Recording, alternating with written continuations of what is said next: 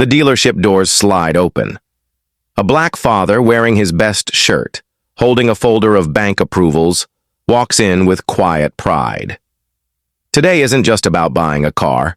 It's about finally giving his family the security they deserve.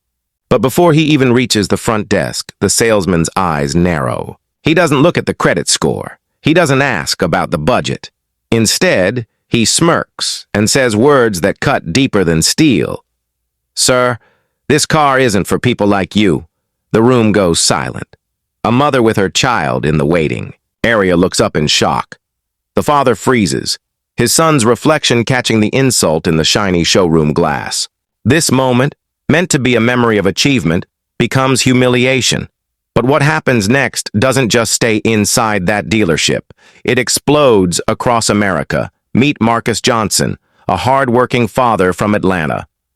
For years, he balanced 2 jobs, saving every spare dollar to buy a reliable family car. He wasn't chasing luxury.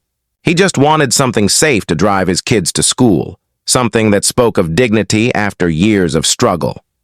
The dealership was supposed to be a celebration. His son, just 11, tagged along, excited to see his dad pick out the family's first new car. The place smelled of fresh leather and coffee, and sales reps were busy with customers. Marcus walked in with confidence, pre-approved loan documents in hand. On paper, he was more than qualified. But in America, sometimes paperwork doesn't matter when skin color walks through the door first. The salesman approached. His smile faded the moment his eyes landed on Marcus. He didn't ask, "What model are you looking for?" He didn't ask about financing. Instead, he looked Marcus up and down, then asked, "Are you sure you're in the right place?" Marcus tried to stay calm. "Yes, I'm here for the SUV you've advertised." The man laughed, almost mocking. "These vehicles aren't cheap. Most people who come in here don't usually qualify." The sting wasn't in the words, it was in the tone. In front of his son, Marcus was being reduced to a stereotype. A man presumed too poor, too unworthy, too black to afford dignity. His son's smile faded, confusion mixing with shame. Marcus pulled out his loan approval, sliding the documents across the desk. Still, the salesman didn't even look. Instead, he muttered, "Look, you might want to check the used lot down the street. It'll fit you better." Other customers overheard.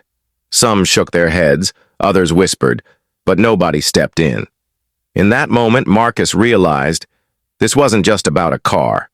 It was about every unspoken wall he had fought against his whole life. Marcus took a deep breath, then did something the dealer didn't expect. He pulled out his phone and hit record. Calmly, he asked the salesman to repeat what he had just said. The man, confident in his prejudice, doubled down. "You people always waste our time." The dealer scoffed, not realizing the camera was capturing every word. Marcus didn't argue. He didn't shout. He simply let the man's racism hang in. The heir then walked out, his son by his side. Within hours, that video hit social media. By morning, millions had watched. The dealership's polished reputation collapsed overnight. And the man who tried to humiliate a father became the face of America's ugly truth. Marcus never expected to go viral. He only wanted fairness. But his quiet dignity and the raw cruelty captured on video struck a chord across the nation.